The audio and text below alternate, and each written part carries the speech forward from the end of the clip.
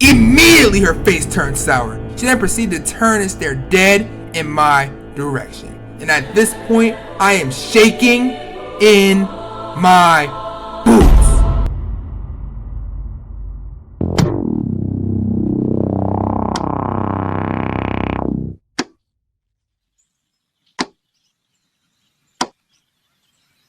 I don't know what it is about being a kid that you just refuse to bathe. Like, the thought of being clean as a young bull was just genuinely repulsive. It even got to the point where I personally would catch the meanest attitudes when my parents told me I needed to shower.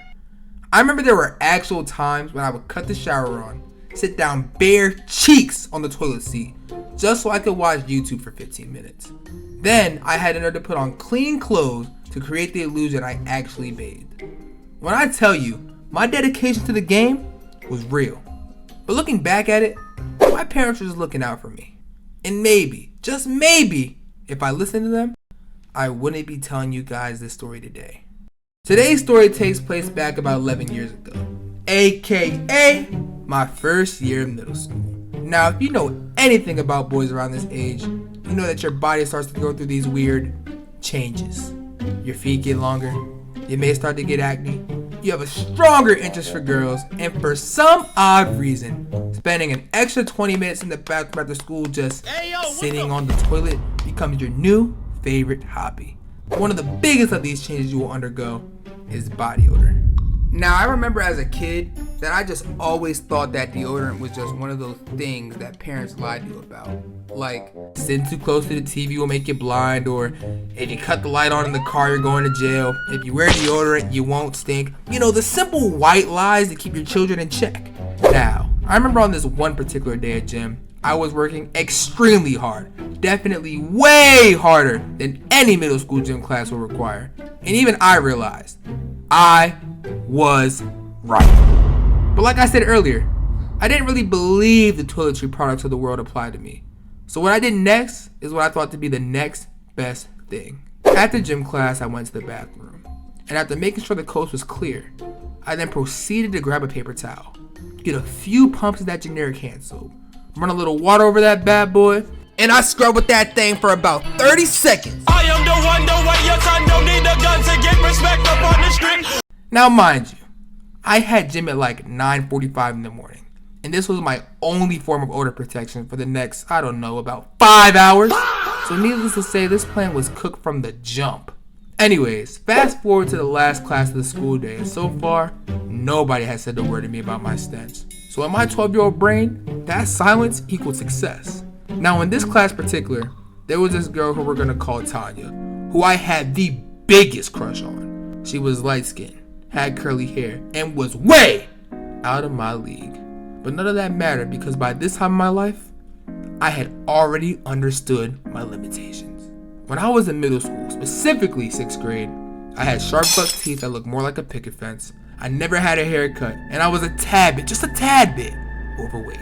So with me knowing this, I relied on the only thing I had going for myself. I was the guy who was known to crack a few jokes here and there, aka the class clown. And I knew this. That meant anytime I would talk to this girl, I relied on jokes heavy. And on that day, I was shooting like 2016 Steph Curry. Lights out!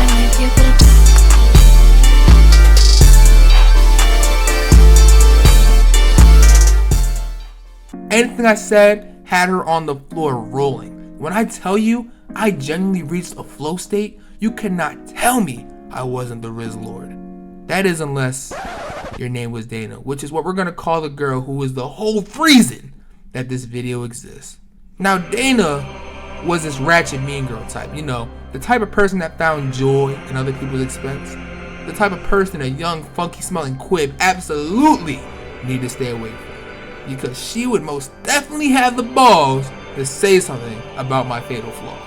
Eventually some time goes by, and at this point we're almost done class, maybe about 20 minutes until the final bell rings, and I'm thinking to myself, I got Tanya in the bag, and I'm now one step closer to making her my girlfriend. Just a few more good days like this, and it's only a matter of time before she's in the palm of my grimy, musty middle school hands. But that's when Dana decided she had other plans. Suddenly Dana stood up and out of nowhere started walking down the aisle between desks when she stops, right in between me and Tanya. And for some odd reason, she decided it was in her best interest to smell the air around her. Immediately her face turned sour. She then proceeded to turn and stare dead in my direction. And at this point, I am shaking in my boots. I knew exactly what this was about because although nobody had said a word to me, I personally was getting little hints of my aroma hitting my own nostrils. So if I could smell it, I know for sure Dana was like a bloodhound. After staring at me for a couple seconds, she then decided it was her best decision to take her nose and bury it into the deepest depths of my armpit. And if that wasn't enough, she then took the largest whiff known to mankind. Then in the most ghetto ratchet tone says, "Quincy, you need to go home and scrub." Now I am in panic mode. But of course, thinking on my feet, I tried playing it off. I don't know why, but I had an empty deodorant stick in my binder, so I pulled it out and went, "Yeah, it's a good thing I always keep this on me." The room fell silent. She looked at me, but not with any malice, not with any judgment, just with a straight face, her tone, even normal. "No, you need to go home. Put soap on a washcloth and scrub." I was in a body bag. The way she killed any bit of aura I had needs to be studied. I'll never forget how the whole class just started laughing at me. Even my sweet baby girl Tanya. Shoot, even the teacher turned around because she could not bottle up the sheer amount of laughter wanting to leave her body. And it felt like for the first time, everyone was laughing because of me. But it wasn't with me, which is pretty ironic for the class clown. Eventually the bell rang and I was dismissed from class. But the embarrassment wasn't dismissed from my body. Being stank isn't just something that people remember for a day. It's something that they carry with them for a while. I just remember thinking to myself, any chances I had with Tanya were gone. And it was all Dana's fault. But like all things, people move on.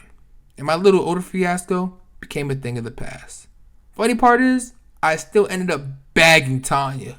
But that, my boys, is a story for another day. Moral of the story, make sure you wear deodorant. And when all else fails, you go home and scrub.